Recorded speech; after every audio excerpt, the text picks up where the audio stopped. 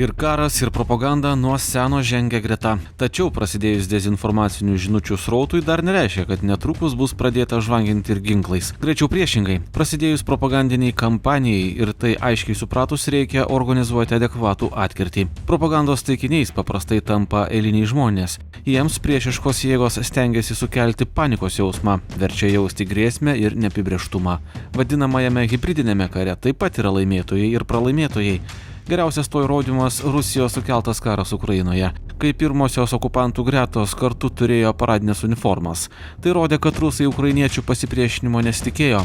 Akivaizdu, kad rusai patys pasiklydo savo meluose. Nebūtinai po propagandinės kampanijos seka realūs kariniai veiksmai, kurie po to dar užbaigiami kažkokiu ten, nežinau, tokiu pasauliniu karu ar panašiai. Kartais propaganda paprasčiausia tai yra įrankis pasiekti tam tikrų tikslų interesų. Netgi sakoma, kad tie vadinami tokie, tas hibridinis karas arba tokio tipo kova yra iki karinė kova iki kariniam priemonėm. Tai yra įsivaizduojama, kad galima pasiekti tam tikrus tikslus manipulacijom, skaldant visuomenę, keliant įtampą ir panašiai. Ir galbūt nereikės ten per sieną tų tankų įvesti. Arba jau kai įves tos tankus, galiausia viliamasi, kad propaganda paruoš taip aplinką, kad tie tankai bus pasitikti su gėlėm ir ten glebeščiavimusi. Nereikia tokio tiesmuko požiūrio laikytis, kad po propagandos seka iš karto kariniai veiksmai. Iš kitos pusės karas ir propaganda yra tiesiogiai susiję, tai yra jau kai prasideda kariniai veiksmai, tai yra įtraukiama propaganda į visą tokį arsenalą, bandant demonizuoti priešininką, bandant parodyti, pavyzdžiui, kaip ukrainiečiai yra kokie nacijai, o kartais net ir tiesiogiai juos įvardinant ten satanistais. Viešai kai kurie Rusijos, politikai taip ir sako, kad kovoja čia gėrio ir blogio jėgos ir ta Ukraina yra kažkokių ten satanistų lizdas ar panašiai.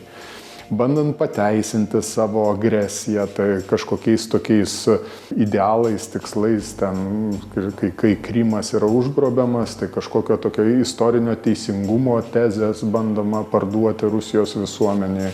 Tai gali būti indikacija, kad kažkam yra ruošiamasi, bet be abejo, kalbant apie Baltijos šalis ar Ukrainą, propaganda iš Rusijos buvo nuolatinė grėsmė, nuolatinė problema, su kuria susidūrusios šalis suvokė, kad Rusija turi blogų intencijų, bet nebūtinai tuo galėjome įtikinti partnerius vakaruose, kurie, apskritai apie dezinformaciją kaip apie iššūkį ilgą laiką po šalto karo pabaigos nekalbėjo ir mūsų raginimo atkreipti dėmesį tai, ką daro Rusija, rimtai nevertino. Ir galiausiai be abejo tai privedė prie situacijos, kai propaganda pasklido plačiai, įsišaknijo, turėjo galimybių įgyti plėtros ir sklaidos kanalų ir jau tada, kai prasidėjo agresija ir visi susizgrybo, kad reikia užkardyti be abejo ir dezinformacijos sklaidos kanalus, tą padaryti jau nebebuvo taip paprasta, nes teko kautis jau su gerokai pasikaušiusiu priešininku. Istorija mums nekart yra parodžiusi, kokiomis kryptimis ritasi propagandinės atakos. Pirmosiomis agresijos valandomis priešiškos jėgos menkino užpultos šalies lyderį. Tokia taktika buvo taikyta ir Lietuvoje per sausio 13-osios agresiją. Sovietai tuomet bandė žmonės įtikinti, kad Vytautas Landsbergis pasitraukė į vakarus, todėl priešintis teks be nepriklausomybės architekto. Lygiai tas pats scenarijus Ukrainoje. Rusų propaganda taip pat skelbia, kad Volodymyras Zelenskis pabėgo iš šalies. Turbūt visi atsimename pirmasias visą apimančios invazijos į Ukrainą dienas, kai Kremlius pradėjo agresiją. Tai tikrai sukėlė suirutę. Suirutę be abejo pačioje Ukrainoje. Daugybė žmonių bandė palikti miestus, susidarė kamščiai, eilės prie degalinių, apskritai nerimas, nes be abejo vyko apšaudymai ir nežinia dėl artimiausios ateities. Ir nors atrodytų, kad yra lengva patikrinti kai kurios faktus, tomis pirmosiomis valandomis, pirmosiomis dienomis tą padaryti nebūtinai buvo taip paprasta. Ir priešas puikiai suvokė, turiuomenį agresorių Kremlių, kad jeigu pavyktų sugriauti visą valdžios struktūrą, jeigu neliktų lyderio, jeigu pavyktų įtikinti, pavyzdžiui, tą pačią Ukrainos kariuomenę, kad ji nebeturi vyriausiojo ginkluotųjų pajėgų vado, nes jis pabėgo, išsigando, tai kodėl jie turėtų priešintis tai agresijai. Ir scenarijus, jeigu būtų pavykę tuo įtikinti didelę dalį ukrainiečių, arba bent jau tuos, kurie užėmė pirmasis gynybinės pozicijas, galėjo susiklostyti visiškai kitaip. Jeigu ta pirmoji operacija prieš Kijevą būtų pasiekusi rezultatą ir Kremlius būtų įsitvirtinęs Ukrainos sostinėje, galbūt šiandien nekalbėtume apie Ukrainos valstybę, kuri toliau ginasi kaip valstybė, o turėtume kalbėti apie Ukrainos partizaninį judėjimą, pogrindinį judėjimą, kuris kaunasi prieš Kremliaus faktiškai kontroliuojamą valdžią. Tad tai yra bandymas sieti paniką, demonstruoti, kad agresorius yra toks galingas, kad jokių būdų atsilaikyti prieš jį nėra, ir pasiekti tą agresoriaus siekiamą rezultatą. Tai buvo labai svarbu ir turbūt visi atsimename tą video, kai vieną iš pirmųjų naktų Zelenskis išėjo greta prezidento rūmų į lauką ir kartu su kitais politiniais lyderiais nusifilmavo sakydamas, mes esam čia, mes kaunamės, mes niekur nebėgam ir mes liksime. Tai tikrai turėjo nepaprastai didelį efektą ukrainiečių motyvacijai ir nusiteikimui toliau gintis, ir be abejo leido pasiekti ir gerus rezultatus. Kare pagrindinis tikslas yra palaužti oponento valią priešintis. Ta valia priešintis yra labai bendra tezė, bet jinai priklauso nuo keleto elementų. Pirmas elementas yra lyderiai ir vadovai ir politikai ir jų elgesys. Nes visada reikia tam tikros lyderystės, sutelkimo arba iš kitos pusės, jeigu tas lyderis dingsta, pabėga ar panašiai, tai tada atitinkamai situacija labai komplikuojasi. Kitas segmentas yra labai svarbus, aišku, karinis pasipriešinimas kariuomenė ir jos susitelkimas, jos pasiruošimas ir panašiai. Ir žinoma, pati visuomenė, žmonių valia pasipriešinti agresoriui. Jeigu yra toks susitelkimas ir kaip mes, tikriausiai turim klasikinį pavyzdį, kuomet Zelenskis pasakė, kad jam nereikia kažkokio ten pabėgimo kelio, jam reikia amunicijos. Mes turim tiesiog puikų lyderystės pavyzdį, kaip sutelkti visuomenę, sutelkti kariuomenę ir netgi iki to susiskaldžiusias politinės jėgas ir priešintis agresoriui. Tai nieko keisto, kad oponuojanti tada pusė bando parduoti tą tokią žinutę, kad ten lyderiai pabėgo ar netgi kuriami deepfake'ai, tarp kitko ir Ukrainos kontekste, kai į Zelenskio lūpas neva įdedama žinutė, kad pasipriešinimas nereikalingas ir panašiai. Tai esminis dalykas yra visuomenės valia priešintis ir tą galima paveikti propagandiniais įrankiais, ką mes matome ir Rusijos bandymus kare prieš Ukrainą ir matome istorinių pavyzdžių irgi. Putino Rusijos propagandinis braižas nėra kuo nors išskirtinis. Kremliaus vykdomos agresyvios dezinformacinės kampanijos turi akivaizdų sovietinės mokyklos prieskonį. Skirtumas tik toks, kad dabar informacinės atakos vykdomos taikant modernes ir šiuolaikines technologijas. Vienas iš taikinių yra Rusijos visuomenė, kuria yra bandoma siųsti žinią, kad Ukrainoje yra nacijai, kuriuos reikia sunaikinti, kad Ukrainoje yra žudomi masiškai rusakalbiai gyventojai ir tai tarsi pateisina režimo veiksmus siųsti savo armiją ir vykdyti agresiją prieš valstybę, kuri tiek metų buvo suvokiama kaip draugiška ar net broliška dideliai daliai Rusijos gyventojų. Tad pirmiausiai tai yra vidinis Rusijos gyventojų požiūrio perkūrimas į tokį, kuris yra palankus režimui. Be abejo, su to susiję ir žinutė tai pačiai Rusijos visuomeniai, kad jūs neturėtumėte net galvoti apie pasipriešinimą tokiems veiksmams, nes tokiu atveju patys tampate tarsi nacių šalininkais ir dirbate kažkam, pavyzdžiui, Jungtinėms valstijoms, Centriniai žvalgybos agentūrai, ar tam, ką Rusija norės pateikti kaip kaltininką šitos situacijos. Tai vidinė auditorija yra labai svarbus propagandos tikslas ir elementas. Bet be abejo ir išorė skirta kaip taikinys. Ir čia yra įvairių grupių, yra be abejo rusakalbiai gyventojai, ypatingai Latvijoje, Estijoje, kažkiek ir Lietuvoje, kur apskritai tų rusakalbių yra, siekiant juos kiek įmanoma labiau priartinti prie rusiško informacinio lauko.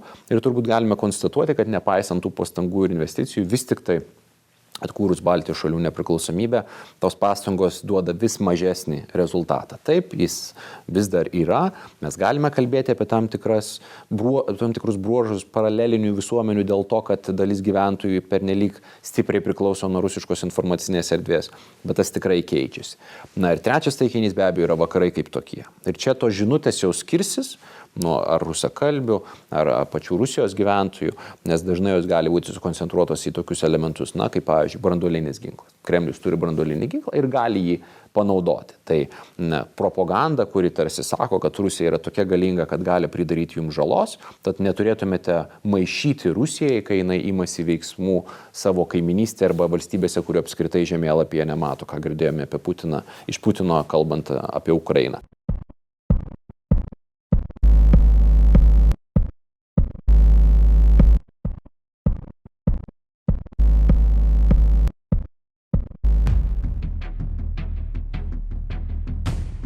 Sunku suvokti, tačiau dar prieš kelis dešimtmečius Sovietų sąjunga išties buvo globali jėga. Dabartinė Rusija nė iš tolo tokių svertų neturi, todėl siekdamas išlaikyti orumo likučius, Putinas visomis įmanomomis propagandinėmis priemonėmis siekia menkinti oponentus. To pėdsakai pastaruoju metu buvo matomi ir Lietuvoje. Taikytas į NATO karius. Esą jie prievartauja nepilnametes ir su vikšrine technika važinėjasi žydų kapinėse. Bet ar ilgainiui nesitiko taip, kad prie nesibaigiančių panašaus tipo išpuolių pripratome ir tiesiog numojame į tai ranką? Ta galima laikyti ir atsparumu. Kai tos žinutės, kurios galbūt kitose šalise galėtų būti pagaulios, Lietuvoje jau nebesulaukia dėmesio, nes visuomenė puikiai suvokia, koks yra jų šaltinis, kokie yra tikslai. Na, tas pats vėlgi nacizmas, fašizmas vakaruose, Rusija kaip tradicinių vertybių gynėja. Tyrimai rodo, kad Lietuvoje yra įtikinantis labai nedidelė visuomenės grupė. Ir vėlgi, tai aš manau, kad yra daugybės metų darbo ir supratimo, ką nori daryti ir kaip savo tikslus pasiekti Kremlius rezultatas. Tai tas toks šiek tiek, galbūt atsainus požiūris į savaime nėra blogas, jeigu mes kalbam apie jo sąsają su atsparumu. Bet tai be abejo nereiškia, kad mes esame visiškai atsparus ar kad Kremliaus propaganda visiškai neturi jokio efekto ar kad jinai negali prisitaikyti prie naujų aplinkybių. Nes akivaizdu, kai yra tikslingai į tai investuojama ir tos žinutės laikas nuo laiko pradeda keistis, tai reiškia, kad tas žiniasklaidos raštingumas, kritinis mąstymas, jis turi būti nuolatos kultivuojamas, kad tas atsparumas išliktų ir mes netaptume įkaitais. Tai kartais gal ir nereikia gilintis į propagandinės žinutės ar melagienas ar panašiai. Jeigu pro ausis praleidi kažkokį tokį šleivai surašytą grasinimą susprogdinti tavo įstaigą ir tu iš karto nujauti, kad tai yra tiesiog, reiškias, informacinė ataka, nepanikuoji, tai aš sakyčiau, gal kaip tik nėra blogai. Kitas dalykas, kad galbūt kaip tik praslysta tam tikros, nežinau, ar sąmokslo teorijos, ar kitos žinutės, kurios paveikia tavo emocijas, elgesį ir tu nesugebi atpažinti tokių manipulacijų. Tai čia jau yra problema, nes aš kaip sakau, šiais laikais netgi tiesioginė ta žodžio prasme dezinformacija gali žudyti, nes tai susiję ne tik tai ten su Putinu ir su Rusija, bet tai gali būti susiję su sveikatos klausimais, tu gali įtikėti kokiais sąmokslo teorijom ir ten nusigydyti, arba tai gali būti finansiniai kažkokie manipulacijos ir tu gali prarasti savo pinigus ir panašiai. Tai gebėjimas atpažinti dezinformacija, jis yra labai svarbus. Mes tai paprastai vadinam tą medijų raštingumų, tokia bendra tezė. Jeigu tu sugebi atpažinti tokias manipulacijas, tai ir tavo finansai bus saugesni, ir tavo sveikata bus, ir politiškai tu būsi atsparesnis, tokių autoritarų manipulacijom. Žiniasklaidos priemonės su propagandos atakomis tvarkosi tikrai neprastai. Redakcijose atsirado tiriamieji skyriai. Informacija vis kruopščiau tikrinama. Vis dėlto socialinių tinklų erdvė kiaura kaip rėtis. Matome, kaip dėl tiesių pasisakymų apie karą ar Putino režimą socialiniai tinklai blokuoja visuomenininkų paskyras. Deja, spręsti tokio lygio iššūkius priemonių turime nedaug. Tai globali problema. Kuo toliau, tuo labiau tai taps iššūkiu, nes netgi tos didžiosios korporacijos, ar ten būtų Muskas, ar ten būtų Meta, ar ten būtų dar kažkas, jos nesugeba sumoderuoti, sukontroliuoti. Mes matome, kiek ten įvairių tokių trolių, įvairių sąmokslo teorijų plinta ir panašiai. Ir taip, tai yra puikiai terpė, nes nėra tų natūralių filtrų, kurie yra žiniasklaidoje, tai ar tai būtų redaktoriaus darbas, ar žurnalisto darbo principai, kur tu vis tiek galbūt ir būna klaidų, gal ir būna tam tikrų netgi ir manipulacijų, bet vis tiek pagrindinis principas, kad tu informaciją tikrini, tu keliais šaltiniais remiesi ir panašiai. O socialiniuose tinkluose jokie principai negalioja. Tu gali save paskelbti ten kažkokiu influenceriu arba ten healeriu arba tuo pačiu ten žurnalistu ir turėti savo kokią video platformą, ją net monetizuoti, rinkti už tai pinigus ir skleisti įvairius blėnius, atsiprašant, bet ta prasme tai yra iš tikro didžiulis iššūkis. Jeigu korporacijos, turiuomenį, ta pati Meta ar Twitteris, nesugebės pačios sureguliuoti šitų iššūkių, tai manau, kad mes judėsim link to, kad didžiosios vakarų valstybės, ta pati Amerika ar Vokietija, Europoje, imsis teisinių reguliavimo įrankių, kad šitas, nežinau, tokio melagienų toks potvynis būtų sustabdytas. Pasaulis dar kartą nustėro, kai Hamas teroristai užpuolė muzikos festivalyje besilinksminantį žydų jaunimą.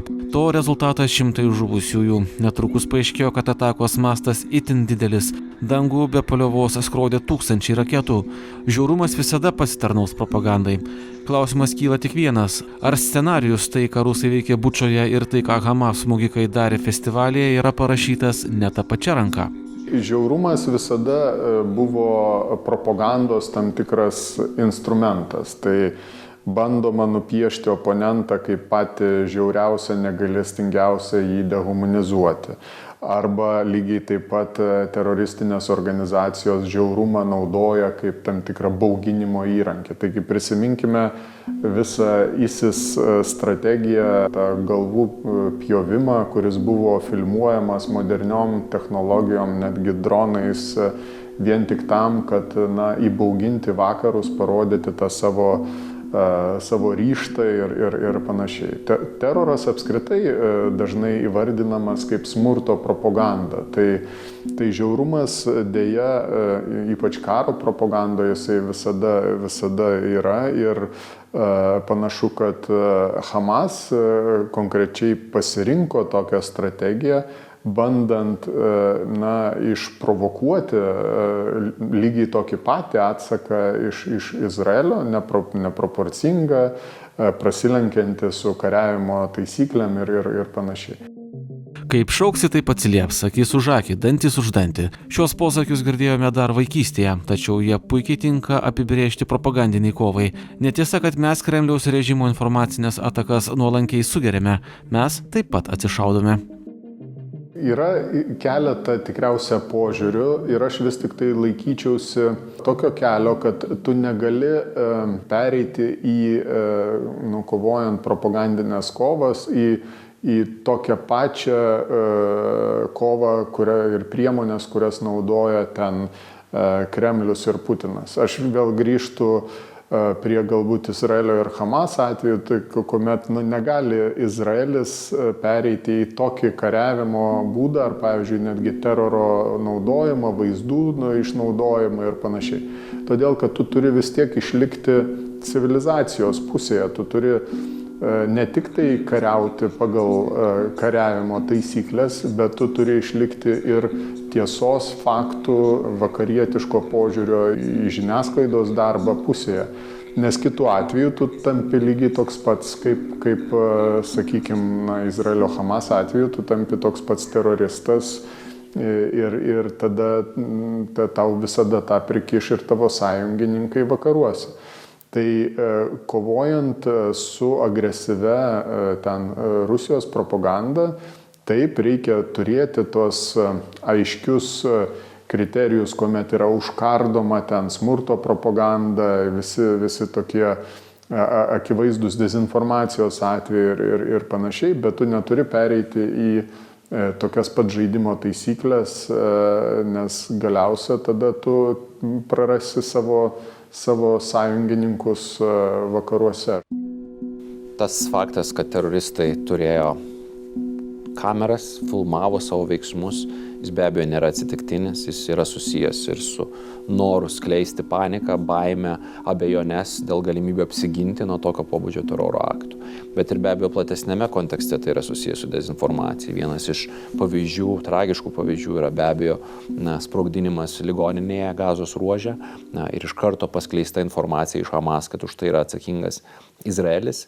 Ta žinutė tikrai labai plačiai pasklido, buvo pakartota ir vakarų šalių žiniasklaidos priemonių, nors vėliau ėmė aiškėti vis daugiau faktų, kad nepanašu, jog tai buvo Izraelio veikimo rezultatas, panašu, kad tai nutiko pačioje Gazoje, pačių vietos kovotojų, kažkokiamis aplinkybėmis veiksmai sukėlė tokią tragišką žūtį. Bet žinutė jau buvo pasklidusi ir tokiu atveju pabandyti ją paneigti yra gana sunku. Jinai buvo paneigta, buvo pateikta nauja informacija, bet kokį efektą, pirminį efektą jį turėjo, kiek auditorijos pasiekė ir kaip tai suformavo milijonų žmonių matymą, kas vyksta šiuo metu Gazos ruože, mes turbūt net negalėsime apčiuopti. Tad tas bandymas labai greitai situaciją pateikti taip, kaip yra palanku tai pusiai, yra be abejo vienas iš kertinių karo elementų. Ir tai nepaneigia faktų, kad bet kuriuo atveju karas yra tragedija ir abiejų pusių veiksmai gali lemti civilių aukas. Bet vis tik tai vienoje pusėje mes turime teroristinę organizaciją, kuri labai tikslingai veikia, kitoje pusėje turime demokratinę valstybę, kuri taip pat daro klaidas, bet vadovaujasi šiek tiek kitais standartais. Karas paprastai baigėsi karo lauke, tačiau tai nereiškia neramumų pabaigos. Karas realiai išnyksta, kai jau nebelieka mūsų galvose ir širdyse. Istorija moko vieno. Galingieji nebūtinai laimi karus. Jungtinės valstijos stokojo visuomenės palaikymo per Vietnamo karą ir galiausiai atsitraukė. Kone nesibaigiantis konfliktas vyko ir Afganistane. Amerikiečiai ne iki galo tikslus pasiekė ir ten. Jungtinių valstijų piliečių kantrybė baigėsi, todėl galingiausia pasaulio karinė jėga atsitraukė ir iš ten.